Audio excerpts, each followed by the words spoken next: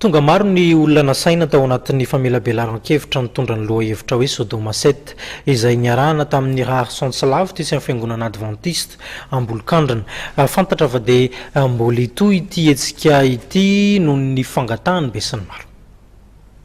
Sodoma 7 atao eto Ambolok'andrana fiangonana Adventiste Ambolok'andrana iray manomboka tamin'ny alakamisy fahafolon'ny volana May hatramin'ny ratsoariva maneriva sabotsy zany fa farana antian'ity ny Sodoma 7 dia entina manamafy amin'ny tsiraka izay maitso sy mijery fa tonga eo faratapony faharatsiana sy loto sy ny tsy famelana rehetra azo eritsereta ohatra amin'ny Sodoma indray planeta misy atsika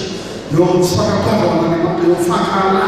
eo amin'ny fantokiana sy fataon'Andriamanitra ary indrindra fanaovana zavatra mihoatra izany hoe vetiveta sy mifanolotra mihitsy amin'ny soratra masina. Ary izany zavatra ny ny Apokalipsy 20 dia mifangaro amin'ny ody ratsy, mifangaro ny fitiavana arena sy fitiavana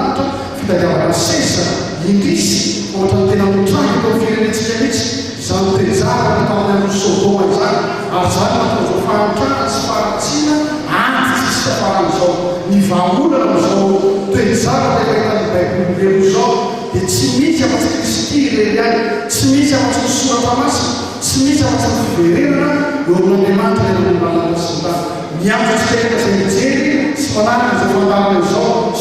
zao ho tonga ety Ambolok'andrana anaraka izao conférence lehibe Sodoma 7 miaraka amin'ny